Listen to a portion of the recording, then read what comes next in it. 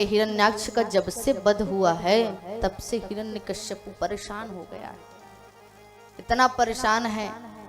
सोच रहा है जिस नारायण ने मेरे भाई का वध किया अब उसको तो मैं छोड़ूंगा नहीं, तो क्या करूंगा, उसको मार डालूंगा। लेकिन हिरण्यकश्यपु सोच रहा है कैसे मारूं मैं उसको, क्योंकि मेरा जो भाई है हिरण्याक्ष वो तो बड़ा बलशाली था और उसके बावजूद वो मारा गया। इसका मतलब मुझे थोड़ा तपस्या करना पड़ेगा, थोड़ा वरदान मांगना पड़ेगा, तब जाकर मैं नारायण को मार पाऊंगा। आसान नहीं है। हिरण्यकश्यपु का विवाह हुआ था कयाधु के साथ।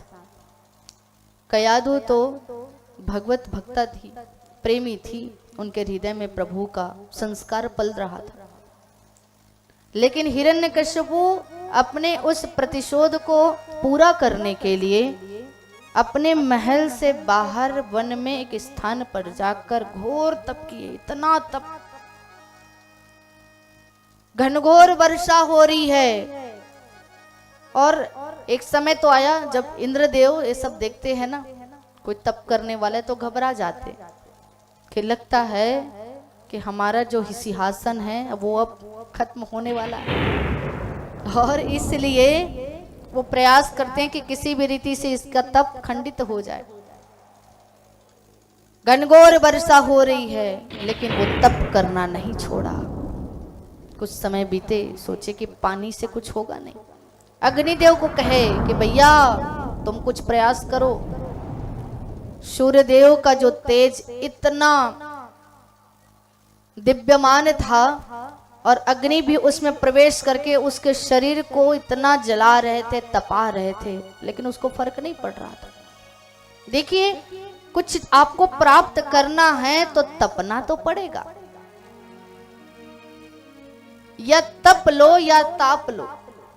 अग्नि है, अब उसका कैसे प्रयोग करना है वो आप जानिए, कि आप उसमें स्वयं जलकर मर जाना चाहते हो या उस दिव्य अग्नि में दिव्य आहुति डाल के उसको यज्ञ का स्वरूप दे सकते हो। चुनाव आपका है।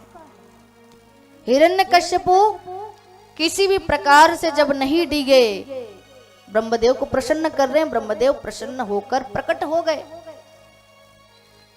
हिरण्यकश्यपु बड़े प्रसन्न हो गए कि ब्रह्मदेव आप आ गए, जय हो जय हो। ब्रह्मदेव कहने लगे पुत्र क्या चाहिए बताओ तुझे। हिरण्यकश्यपु कहने लगे ब्रह्मदेव अगर देना चाहते हो तो एक ही चीज मांगूंगा, आप दे दीजिए। बोले कौन सा? बोले मुझे अमरता का वरदान दे दीजिए, मुझे अमर कर दीजिए। अमर जब जो कभी ना मरे। ब्रह्मदेव चुप हो गए। ब्रह्मदेव कहते हैं भैया जो मेरे पास हो उसी को तो मैं दूंगा, जो मेरे पास ही नहीं है उसको मैं कैसे दे दूंगा। अब सुनने में आश्चर्य लगेगा कि ब्रह्मदेव क्या अमर नहीं थे? नहीं थे। अलग अलग मनवंतर में अलग अलग ब्रह्मदेव आते हैं। एक बार जब ब्रह्मदेव का प्राकट्य हुआ और जब अपनी ही रचना मां सरस्वती पर मोहित हो गए, तब ब्रह्मदेव को ग्लानि हुआ था और अपने शरीर को नष्ट किए थे। वो ब्रह्मदेव अलग हैं, उन्होंने अपने शरीर को नष्ट कर दिया है क्योंकि उनको ग्लानि हुआ कि कैसा हूं मैं कि मेरी ही रचना पर मैं मुग्ध हो गया। और फिर जब वो शरीर नष्ट हुआ तो भगवान विष्णु, भगवान नारायण फिर से ब्रह्मदेव को प्रकट किए कि भैया काम तो तुम ही से ही करवाना है।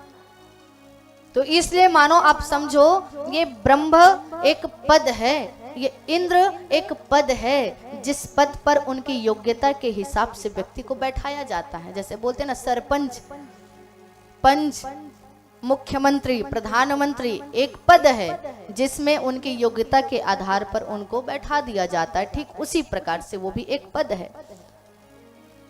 ब्रह्मदेव कहते हैं कि मैं भी एक समय के बाद मुझे भी जाना होता है, इसलिए मैं ये आपको नहीं दे सकता, और कुछ मांग लो। अब थोड़ा क्रोधित हो गए हिरण्यकश्यपु, तो असुर है, जो सूर में नहीं है वो थोड़ा बिगड़ जाता है। क्रोधित होने लगे। ब्रह्मदेव कहते पुत्र और कुछ मांग ले, अब इसके अलावा जो भी तू मांगेगा मैं तुझे बिना सोचे समझे दे दूंगा। ब्रह्मदेव से हिरण्यकश्यप कहने लगा तब आपको थोड़ा वेट करना पड़ेगा, इंतजार करना पड़ेगा, मैं सोच सोच के मांगूंगा। ब्रह्मदेव कहते मांग ले, कितना मांगेगा? तब कहते कि हे ब्रह्मदेव, मैं घर के अंदर ना मरूं ना घर के बाहर ना मरूं। ब्रह्मदेव बोले तथास्तु एवमस्तु। फिर हिरण्यकश्यप कहने लगे ब्रह्मदेव, मैं ना आकाश में मरूं ना पाताल में मरूं। तो बोले एवमस्तु। जब किसी चीज को आसानी से व्यक्ति को मिल जाता है तो सोचता है कि इसमें अभी बाकी है, इसलिए विचार कर रहे। फिर बोलते हैं कि ब्रह्मदेव, मैं मनुष्य से न मरूं न पशु से मरूं। बोले एवमस्तु। बोले न मैं अस्त्र से मरूं न शस्त्र से मरूं। बोले एवमस्तु। बोले न मैं दिन में मरूं न रात में मरूं। बोले एवमस्तु। इतना आसानी से मिल रहा है।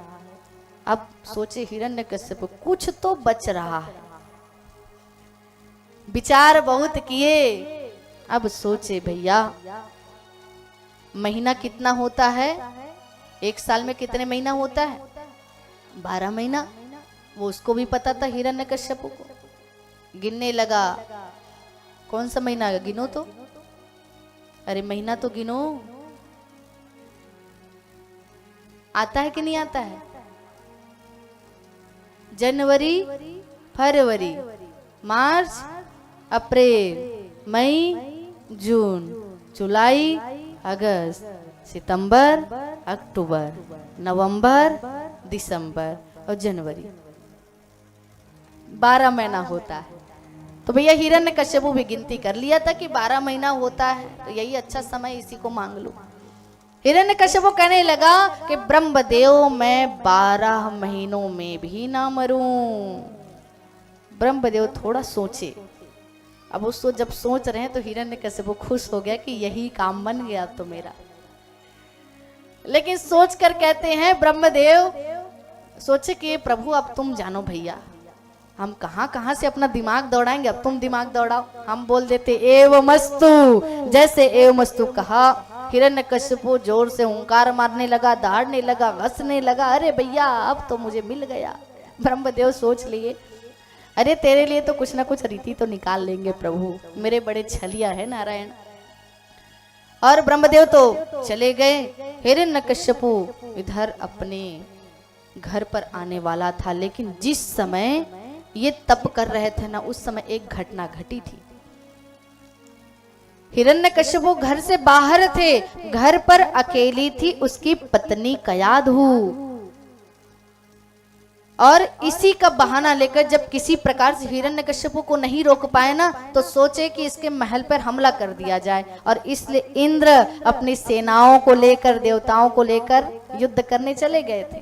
अब वहां जहां राजा नहीं, जहां मुखिया नहीं, उसके महल की क्या दशा होगी। सभी हार गए, सभी सैनिक मारे गए। और जब देखा इंद्रदेव ने कि कयाधु गर्भवती है, उसी समय उसके बाल को खींचते हुए, घसीटते हुए ले जा रहे हैं साथ में। क्यों? क्योंकि इसके अंश में एक बालक है। अगर ये बड़ा हो जाएगा फिर से हमारे लिए तो खतरनाक हो जाएगा। और इसी कारण से घसीटते जैसे ले जा रहे थे, उसी समय फिर से पहुंच गए कौन? श्रीमन्नारायण नारायण नारायण, श्रीमन्नारायण नारायण, श्रीमन्नारायण नारायण नारायण, श्रीमन्नारायण लक्ष्मी नारायण नारायण नारायण, लक्ष्मी नारायण नारायण, श्रीमन्नारायण नारायण नारायण, श्रीमन्नारायण नारायण नारायण, श्रीमन्नारायण नारायण नारायण,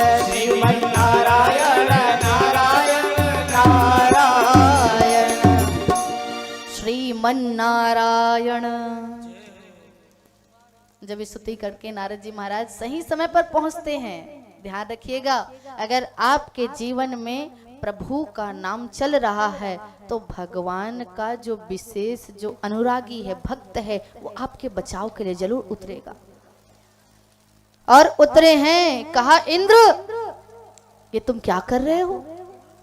तुझे जरा सा भी भान है कि तुम कैसे कृत्य कर रहे हो? एक तो तुम देवराज इंद्र हो और एक अबला नारी को जिसके घर में उसका पति नहीं है, एक गर्भवती स्त्री को जिसके गर्भ में एक बालक पल रहा है, उसके बालों को तुम खींचकर घसीटते हुए ले जा रहे हो। ये कर्म तुझे शोभा नहीं देता।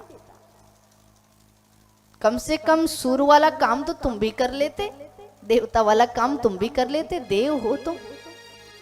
इंद्रदेव कहने लगे कि नारद जी महाराज वो बात तो सही है, लेकिन अगर इसके गर्भ से प्रकट जो बालक होगा वो भी तो असुर ही होगा, हमारे लिए बड़ा परम दुष्कारी हो जाएगा। इसलिए हम सोच रहे हैं कि ये बालक का जन्म होगा और इसको गोविंदाय नमो नमः कर देंगे।